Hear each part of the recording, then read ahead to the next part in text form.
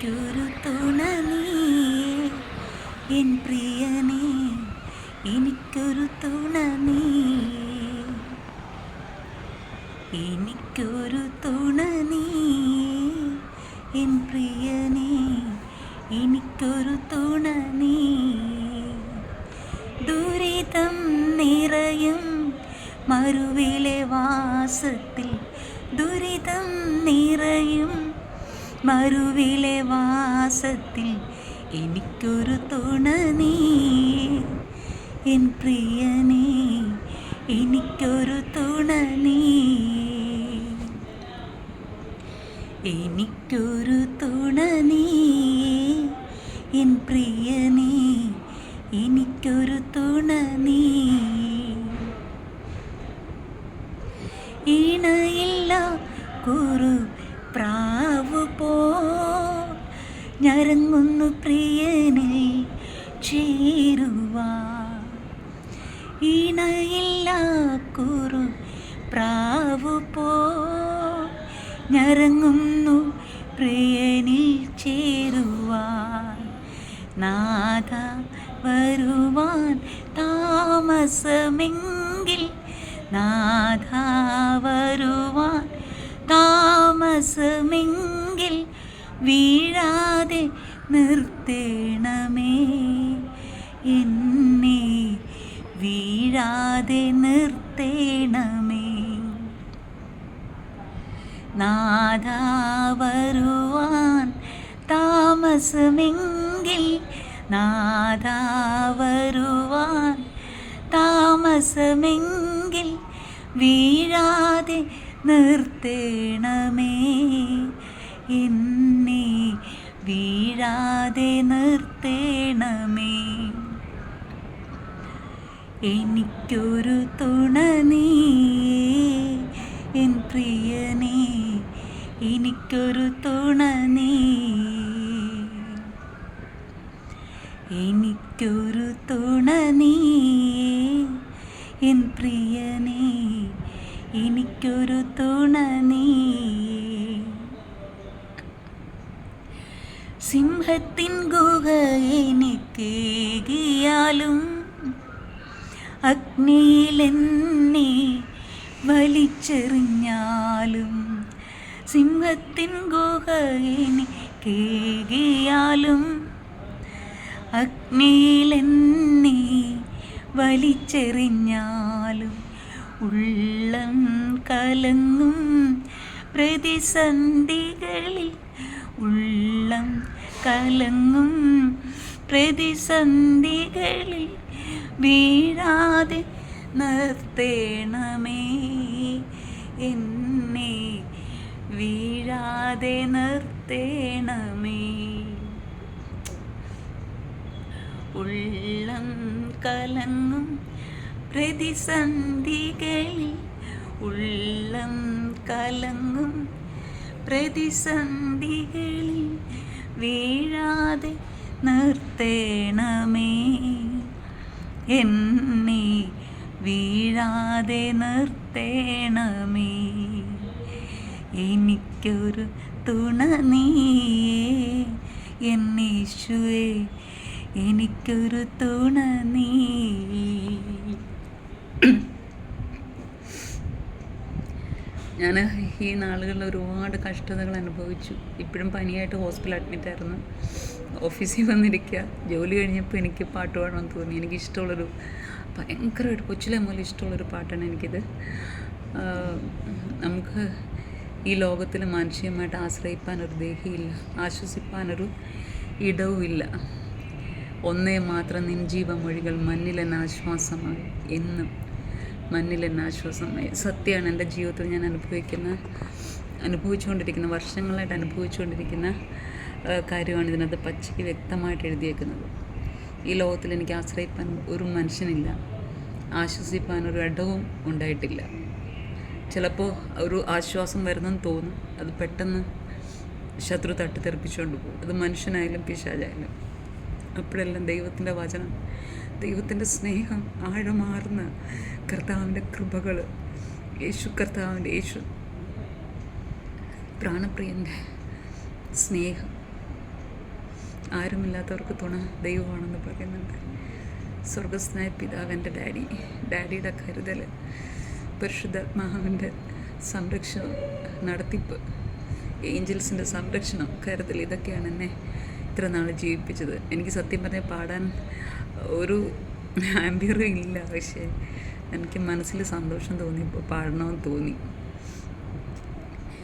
ആശ്രയിപ്പാനൊരു ദേഹിയുമില്ല, ആശ്വസിപ്പാനൊരു ഇടവുമില്ല.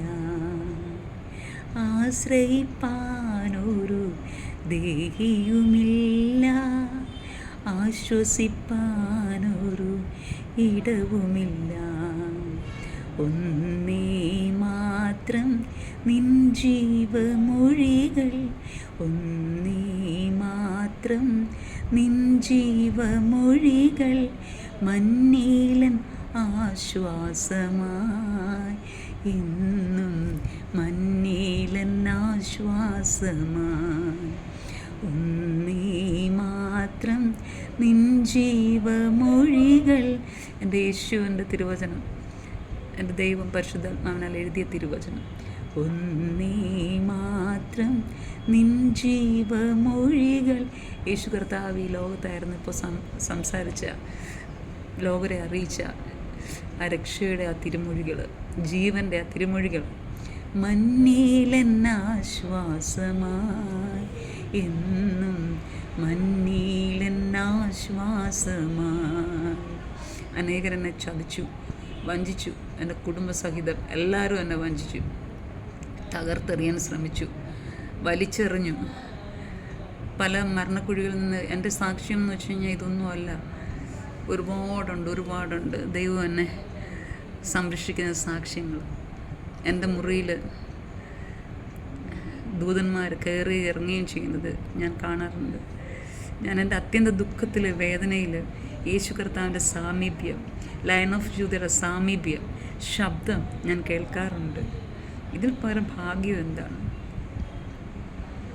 വേദന സഹിക്കുന്നു ഇപ്പോഴും, അനേകരെ അപ്ലിഫ്റ്റ് ചെയ്യാൻ, മറ്റുള്ളവരുടെ ദുഃഖങ്ങൾ മനസ്സിലാക്കാൻ ദൈവം എന്നെ പല വഴികളിൽ കൂടി പാഠങ്ങൾ പഠിപ്പിച്ചുകൊണ്ട്, ഞാൻ എപ്പോഴും പറയും, ജീവിതത്തിൻ്റെ ആയിട്ടുള്ള എന്താ പറയുക, PhD, സ്വർഗം എന്നെ പഠിപ്പിച്ചത് ഒരുപാട് PhD ഉണ്ട്, ഡിഗ്രീസ് ഉണ്ട് എനിക്ക്. കാരണം സ്വർഗം നേരിട്ട് എന്നെ പഠിപ്പിച്ചതാണ്. അത് മനുഷ്യൻ്റെ ദുഃഖമാണെങ്കിലും, മനുഷ്യൻ്റെ ജീവനായാലും, ജീവിതമായാലും, മനുഷ്യൻ്റെ ചിന്തകളായാലും, മനുഷ്യൻ്റെ താഴ്ചകളായാലും, വീഴ്ചകളായാലും, ഉയർച്ചകളായാലും, പല രീതിയിലുള്ള വേദനകളായാലും, കയ്പായാലും, മധുരമായാലും എല്ലാം ദൈവം എന്നെ പഠിപ്പിച്ചുകൊണ്ടിരിക്കുക. അതുകൊണ്ട് എനിക്ക് ഒരുപാട് സന്തോഷമുണ്ട്. സ്വർഗത്തിൻ്റെ, എൻ്റെ ഡാഡിയുടെ, സ്വർഗസ്നായ പിതാവിൻ്റെ കോളേജിൽ ഞാൻ ഒരു വിദ്യാർത്ഥിനിയായി, പലപ്പോഴും വിദ്യാർത്ഥിയായിട്ട് തന്നെ ആയിരിക്കുന്നതിൽ എനിക്ക് വളരെയധികം സന്തോഷമുണ്ട്. കാരണം തേനിനേക്കാളും മധുരമുള്ള എൻ്റെ കർത്താവിൻ്റെ വാക്കുകൾ, ആശ്വസിപ്പിക്കുന്ന കരത്തിൻ്റെ ആ സുഖം. ചില സമയത്ത് എനിക്ക് ഭയങ്കരമായിട്ട് തണുക്കുകയോ അങ്ങനെയൊക്കെ ചെയ്യുമ്പോൾ ഞാൻ പറയും, വിഷമിക്കുമ്പോൾ, ഡാഡി എന്നെ ഒന്ന് കെട്ടിപ്പിടിക്കുക, അല്ലെങ്കിൽ പരിസ്ഥലമന്തയും എന്നെ ഒന്ന് കെട്ടിപ്പിടിക്കുക, ലയൺ ഓഫ് ജൂദ എന്നെ ഒന്ന് കെട്ടിപ്പിടിക്കുക. ആ കെട്ടിപ്പിടിക്കുമ്പോൾ ആ ചൂടടയാളം, ആ ചൂട് ആ ശരീരത്ത് ഒരു വ്യക്തി വന്ന്, പേഴ്സൺ വന്ന് കെട്ടിപ്പിടിക്കുന്നത് പോലെ ഹല്ലേലൂയ എൻ്റെ ജീവിതത്തിൽ ഞാൻ അനുഭവിച്ചുകൊണ്ടേയിരിക്കുക. ഇതെൻ്റെ അനുഭവമാണ്. ജീവനുള്ള ദൈവമായ യേശു കർത്താവ് എന്നെ പരിപാലിക്കുന്ന വിധം, സ്വർഗസ്നായ പിതാ, പ്രപഞ്ച സൃഷ്ടാവ്, ഈ ലോകത്തൊരു ദൈവമേ ഉള്ളൂ, ആ ദൈവമാണ് എന്നെ സംരക്ഷിക്കുന്നത്. എന്നെ തൊട്ടാൽ ആ ദൈവമാണ് ശിക്ഷ നൽകുന്നത് ശത്രുക്കൾക്ക്. ഞാനായിട്ടൊന്നിനും പോകാറില്ല. അപ്പോൾ ആശ്രയിപ്പാനൊരു ദേഹി ഈ ലോകത്തില്ല. പക്ഷേ ദൈവത്തിൻ്റെ സാന്നിധ്യം, ദൈവത്തിൻ്റെ യേശു കർത്താവിൻ്റെ സാന്നിധ്യം, യേശു കർത്താവിൻ്റെ വചനം, ജീവമൊഴികൾ, അത് നമ്മളെ തളർത്തുകയല്ല, മയക്കുകയല്ല, മരണത്തിലേക്ക് കൊണ്ടുപോവുകയല്ല, മരണത്തെ തോൽപ്പിച്ച് ഹല്ലേലൂയ 3 ദിവസം ഈ ഭൂമിക്കടിയിൽ ഇരുന്ന് 3-ാമത്തെ ദിവസം കർത്താവ് പരിശുദ്ധാത്മാവിനെ എഴുന്നേൽപ്പിച്ച യേശു കർത്താവിൻ്റെ മൊഴികൾ, സാന്നിധ്യം, ശ്വാസം, എന്താ പറയുക, സ്പർശനം, ഇതെല്ലാം മരണത്തിൽ നിന്ന് നമ്മളെ എഴുന്നേൽപ്പിക്കുന്നതാണ്, ഉയർത്തെഴുന്നേൽപ്പിക്കുന്നതാണ്. കാരണം പല മരണങ്ങളിൽ നിന്ന്, പല ദുരിതങ്ങളിൽ നിന്ന് ദൈവം എന്നെ ഉയർത്തെഴുന്നേൽപ്പിച്ചിട്ടുണ്ട്. ഞങ്ങൾ തമ്മിലുള്ള ബന്ധം അതാണ്. എന്നെ ഈ നിലനിർത്തുന്നത് ദൈവവുമായിട്ടുള്ള ബന്ധം മാത്രമാണ്. മറ്റൊന്നും പറയാൻ എനിക്കില്ല. ലോകപരമായിട്ട് സമ്പത്തൊക്കെ എനിക്കുണ്ട്, പക്ഷേ അതിലൊന്നും ആശ്രയിക്കാനോ ഒന്നിനും ഞാൻ പോകാറില്ല. പട്ടിണിയെങ്കിൽ പട്ടിണി, ഇല്ലെങ്കിൽ ഇല്ല, ഉള്ളതുപോലെ. എന്നാൽ ദൈവം തക്ക സമയത്ത്. കുറച്ച് നാൾ എനിക്ക് ഇല്ലെങ്കിൽ ഇല്ല, ഞാൻ അലഞ്ഞിട്ടുണ്ട്. ആഹാരത്തിന് വേണ്ടി പോലും ഒരുപാട് ഞാൻ അലഞ്ഞിട്ടുണ്ട്. ഒരു സ്വസ്ഥതയ്ക്ക് സമാധാനത്തിന് വേണ്ടി കുറേ ഞാൻ അലഞ്ഞിട്ടുണ്ട്. പലരുടെ അടുത്ത് ഞാൻ ചെന്നിട്ടുണ്ട്.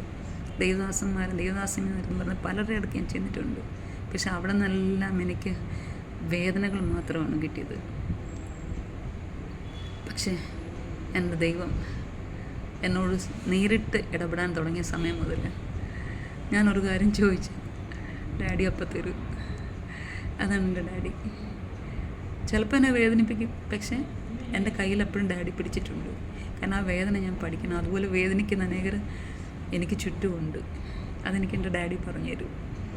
അപ്പോൾ ഞാൻ ഒത്തിരി ലക്കിയാണ്. ഞാൻ ഒത്തിരി പ്രഷ്യസാണ്. കാരണം പ്രപഞ്ചശക്തി തന്നെ എന്നെ ഇത്രത്തോളം കരുതുമ്പോൾ ഞാൻ ആരാണ്? ഈ ലോകത്തിലേക്ക് ഏറ്റവും ഭാഗ്യമുള്ളവളാണ്.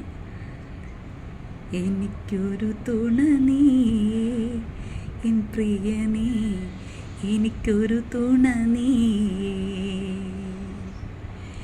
എനിക്കൊരു തുണ നീ എൻ പ്രിയനേ, എനിക്കൊരു തുണ നീ. ദുരിതം നിറയും മരുവിലെ വാസത്തിൽ, ദുരിതം നിറയും മരുവിലെ വാസത്തിൽ, എനിക്കൊരു തുണ നീ എന്നീശുവേ, എനിക്കൊരു തുണ നീ, എനിക്കൊരു തുണ നീ എൻ ഡാഡിയേ, എനിക്കൊരു തുണ നീ, എനിക്കൊരു തുണ നീ ദൈവാത്മാവേ, എനിക്കൊരു തുണ നീ. അതുപോലെ ദൈവദൂതന്മാരുടെ സാന്നിധ്യം കാണുവാൻ പലപ്പോഴും പല അവസ്ഥകളിലും ദൈവദൂതന്മാർ എൻ്റെ അരികിൽ വരാറുണ്ട്. അതിൻ്റെയൊക്കെ സന്തോഷമാണ്. സത്യം പറഞ്ഞാൽ ഫിനാൻഷ്യലി സീറോയാണ്, ആരോഗ്യപരമായിട്ട് സീറോ ആയി, ഒരു സൈഡ് തളർന്നു പോയി. അത് മരുന്ന് 3 മാസം മരുന്ന് പോലും കഴിക്കാതെ എൻ്റെ ഡാഡി എനിക്ക്, സ്വർഗസ്നായ പിതാവ് എനിക്ക് സൗഖ്യം തന്നു. ഒരു മരുന്ന് പോലും, സിംഗിൾ മരുന്ന് പോലും കഴിച്ചിട്ടില്ല. കാരണം എനിക്ക് മരുന്ന് മേടിക്കാൻ പൈസ ഇല്ലായിരുന്നു, എനിക്ക് തരാനും വരില്ലായിരുന്നു. അങ്ങനെ ഞാൻ കരഞ്ഞുവെങ്കിലും ദൈവത്തിൽ ആശ്രയിക്കാൻ അപ്പോഴെല്ലാം എൻ്റെ മുറിയിലിരുന്ന് പരിശുദ്ധാത്മാവിനാൽ അന്യഭാഷയിൽ ആരാധിച്ച് ബലപ്പെടുവാൻ പലപ്പോഴും എൻ്റെ ഡാഡി എന്നെ സഹായിച്ചിട്ടുണ്ട്. അതിൽ കൂടുതൽ സന്തോഷം. അപ്പോഴും എൻ്റെ ശരീരം ബലപ്പെടും. അങ്ങനെ ആരാധിച്ച് എൻ്റെ ശരീരം ബലപ്പെട്ട് നോർമലായി. ഈ നാക്ക് താണതാണ്, സംസാരശേഷി നഷ്ടപ്പെട്ടതാണ്, ഈ വലത്തെ കൈ ഇത് കുറഞ്ഞതാണ്. അത് യൂസ് ചെയ്യാൻ അധികം ബുദ്ധിമുട്ടുണ്ടായിരുന്നു. അങ്ങനെയൊക്കെ ഉള്ളൊരു ബുദ്ധിമുട്ട്. ഇപ്പോഴും ഈ വിരലിലൊക്കെ തരിപ്പും കാര്യങ്ങളൊക്കെ ഉണ്ട്. ഞാൻ വർക്ക് ചെയ്യുന്നുണ്ട്. ഈ 1-ാം തീയതി മുതൽ വർക്ക് ചെയ്യാൻ വന്നു. അപ്പോൾ എൻ്റെ ജീവിതത്തിൻ്റെ മേഖലകളിൽ എൻ്റെ ചെറുപ്പകാലം മുതൽ, പ്രത്യേകിച്ച് പറഞ്ഞാൽ ഞാനൊരു 5th സ്റ്റാൻഡേർഡ് പഠിക്കുന്നത്. അന്നാണ് ഞാൻ ആദ്യമായിട്ട് ദൈവത്തിൻ്റെ വാഗ്ദത്തം കേൾക്കുന്നത്. നീ എൻ്റെ ഹിതപ്രകാരം ജീവിച്ചു, ഞാൻ നിന്നെ വാലല്ല തലയാക്കുമെന്ന്. എന്നെ തൊടാൻ ആർക്കും പറ്റില്ല. കാരണം എൻ്റെ കൈ പിടിച്ചേക്കുന്നത് സ്വർഗസ്നായ പിതാവാണ്. ഈ നാളുകളിൽ ക്രൈസ്തവ ജീവിതം അഴുക്കുചാലുകളിൽ കൂടി കടന്നു പോവുകയാണ്. ഇന്നൊരു സഹോദരിയുടെ വ്ലോഗ് ഞാൻ കണ്ടു. എന്താ പറയുക, ഈ കർത്തൃമേശ പോലും അയോഗ്യമായിട്ട് ഭക്ഷിക്കുകയും എടുക്കുകയും ചെയ്യുന്നത്. ദൈവത്തെ ഭയമില്ലാതെ, ഇത് പാസ്റ്റർമാർക്കായാലും അച്ഛന്മാർക്കായാലും ആർക്കാണെങ്കിലും ആർക്കും ഒരു ഭയം ദൈവത്തോടില്ല. എന്നാൽ പറയും ഞാൻ ദൈവത്തിൻ്റെ ആളാണ്. സൺഡേ ആകുമ്പോൾ ബൈബിൾ കൊടുത്ത് തുറന്ന് മീറ്റിങ്സിന് പോവും ആൾക്കാരെ കാണിക്കാൻ. ഹൃദയമായിട്ട് ദൈവത്തിനൊരു ബന്ധവും സ്ഥാനം അവർ കൊടുത്തിട്ടില്ല. പിശാച് അവരുടെ മനസ്സിനെ കയറി മേഞ്ഞ് നടക്കുകയാണ്. അപ്പോൾ ആ സഹോദരി പറയുന്നത്, അയോഗ്യമായി നടക്കുന്നതിൻ്റെ പല ഫലങ്ങളും മരണം പോലും അല്പായുസിൽ എടുക്കാൻ ചാൻസ് ഉണ്ട്. സത്യമാണത്. രോഗികളായി തീരാം ഒക്കെ ചെയ്യാം. പലവിധമായ, കാരണം ലോർഡ് സപ്പർ എന്ന് പറയുന്നത്, കർത്തൃമേശ എന്ന് പറയുന്നത് ഭയങ്കര ബഹുമാനിച്ച് ഭയങ്കര ഇതോടെ എടുക്കേണ്ട ഒരു ഇമ്പോർട്ടൻസ് കൊടുത്തെടുക്കേണ്ട ഒരു കാര്യമാണ്. അതുപോലും ചെയ്യാറില്ല. ഇപ്പോൾ കൂടുതൽ പേര് മന്ത്രവാദം ചെയ്യുന്ന പെന്തക്കോസ്തുകാരാണ്. നിങ്ങൾ വിശ്വസിക്കുന്നു? ക്രിസ്ത്യാനികളെ കൂടുതലും മന്ത്രവാദത്തിന് പോകുന്നത്. തലേ തുണിയിട്ട് അല്ലെങ്കിൽ രാത്രി കാലത്തിൽ മന്ത്രവാദികളെ വീട്ടിൽ വിളിക്കുകയും അവരുടെ വീട്ടിൽ പോവുകയൊക്കെ ചെയ്യുന്നത്. കാരണം നമ്മൾ കണ്ടുകൊണ്ടിരിക്കുന്ന കാര്യമാണെന്ന് പറഞ്ഞു. ഇതൊക്കെയാണ് ഇപ്പോഴത്തെ ക്രിസ്തീയ ജീവിതം. സോറി, നിങ്ങളുമായിട്ട് യേശുവിന് യാതൊരു ബന്ധവുമില്ല. നമ്മൾ ഷോ ഓഫ് അല്ല ചെയ്യേണ്ടുന്നത്. സഭകളുടെ രീതികളനുസരിച്ചല്ല നമ്മൾ ജീവിക്കേണ്ടത്. യേശു കർത്താവ് എന്ത് പറഞ്ഞു അത് പറയുന്ന സഭകളുമായിട്ട് ചേർന്ന് പോകുക. യേശു കർത്താവിൻ്റെ ആ മാന്യതയും സംസ്കാരവും എന്നുവെച്ചാൽ കൾച്ചറും ആ ഒരു സ്നേഹവും ആത്മാർത്ഥ സ്നേഹത്തിൻ്റെ ആഴവും എല്ലാം ദൈവത്തിൻ്റെ ആത്മാവിൽ നടത്തപ്പെട്ട് അങ്ങനെയുള്ള കൂട്ടങ്ങളിലേക്ക് പോവുക. ഇല്ലെങ്കിൽ നീ വീട്ടിൽ ഇരുന്ന് ആരാധിച്ചാൽ മതി. നീ മരിക്കുമ്പോൾ നിൻ്റെ ആത്മാവ് ക്രിസ്തുവിൽ മറയും. ബാക്കിയുള്ളത് അവർ സെമിത്തേരി കൊണ്ട് നടക്കുകയോ മുനിസിപ്പാലിറ്റിക്കാർ കൊണ്ട് കരയ്ക്കുകയോ ചെയ്താൽ നമുക്ക് ഒരു പ്രശ്നമില്ല. സത്യസന്ധമായി ദൈവത്തെ ആരാധിക്കുക, ദൈവത്തെ സ്നേഹിക്കുക. നമ്മുടെ ഉള്ളിൽ, കാരണം നമ്മുടെ ഹൃദയത്തിലാണ് കർത്താവ് വസിക്കുന്നത്, നമ്മുടെ ശരീരത്തിലാണ് വസിക്കുന്നത്. ആ ഒരു ഉറപ്പും ധൈര്യവും നമുക്കുണ്ടാക്കിയെടുത്തേ മതിയാവും. ഒരു ക്രിസ്ത്യാനി എന്ന് പറയുന്നത് ക്രിസ്തുവിനെ അനുകരിക്കുന്നതാണ്. അതൊരു ജാതിയോ മതമോ ഒന്നുമല്ല ക്രിസ്ത്യാനിത്വം. യേശു കർത്താവിനെ ആര് സ്നേഹിക്കുന്നു, ആര് വിശ്വസിക്കുന്നു, ആരനുസരിക്കുന്നുവോ അവരുടെ ദൈവമാണ് യേശു കർത്താവ്. അതൊരു കുറച്ച് ഗ്രൂപ്പിൻ്റെ, ബൈബിൾ എടുത്തുകൊണ്ട് നടക്കുന്ന ഒരു ഗ്രൂപ്പിൻ്റെ ഒന്നും ആളല്ല യേശു കർത്താവ്. അതാദ്യം മനസ്സിലാക്കുക.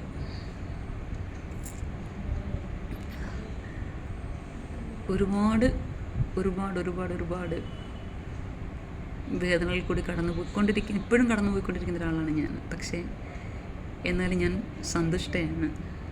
കാരണം എൻ്റെ കർത്താവ് എന്നിൽ വസിക്കുന്നു, ജീവിക്കുന്നു.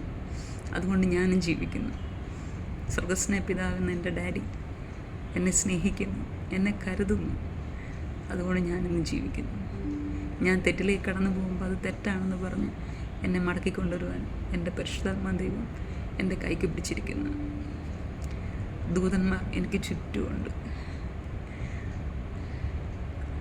എൻ്റെ ഗാർഡിയൻ ഏഞ്ചൽസ് ഉണ്ട്, ആർക്കേഞ്ചൽസ് ഉണ്ട്, മീഖാൽ ദൂതനുണ്ട്, യൂണിവേഴ്സ് ഉണ്ട്. എല്ലാം പ്രപഞ്ചം മുഴുവൻ എന്നെ സംരക്ഷിക്കുകയാണ്. കാരണം പ്രപഞ്ചം ദൈവത്തിൻ്റെതാണ്, അത് പിശാചിൻ്റെ അല്ല. ഈ ലോകം ദൈവത്തിൻ്റെതാണ്, പിശാചിൻ്റെ അല്ല. ഇപ്പോൾ പിശാചി കിടന്ന് അർമാദിക്കുന്നെങ്കിലും ആൾക്കാരുടെ ജീവിതം തകർത്തെറിയാൻ ശ്രമിക്കുന്നെങ്കിലും അവനൊരു എൻഡുണ്ട്. അവനെ ചങ്ങലക്കിടുന്ന ദിവസങ്ങൾ അടുത്ത് വരികയാണ്. അതവനറിയാം. അതിൻ്റെയാണ് ഇപ്പോൾ ഇത്രയും അർമാദം കാണിക്കുന്നത്. ദൈവമക്കളെപ്പോലും തെറ്റിച്ച് പാപത്തിൻ്റെ കുഴിയിലേക്ക് ഇറക്കിക്കൊണ്ടു പോകുന്നത് അതുകൊണ്ടാണ്. Be careful. പിശാച് ഏത് വഴിയിലാണ് വരുന്നതെന്ന് നമുക്ക് പറയാൻ പറ്റില്ല.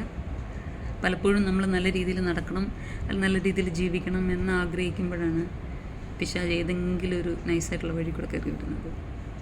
അവന് കയറി വരാൻ അല്പ സ്ഥലം മതി, അതിട്ട് കൊടുക്കരുത്.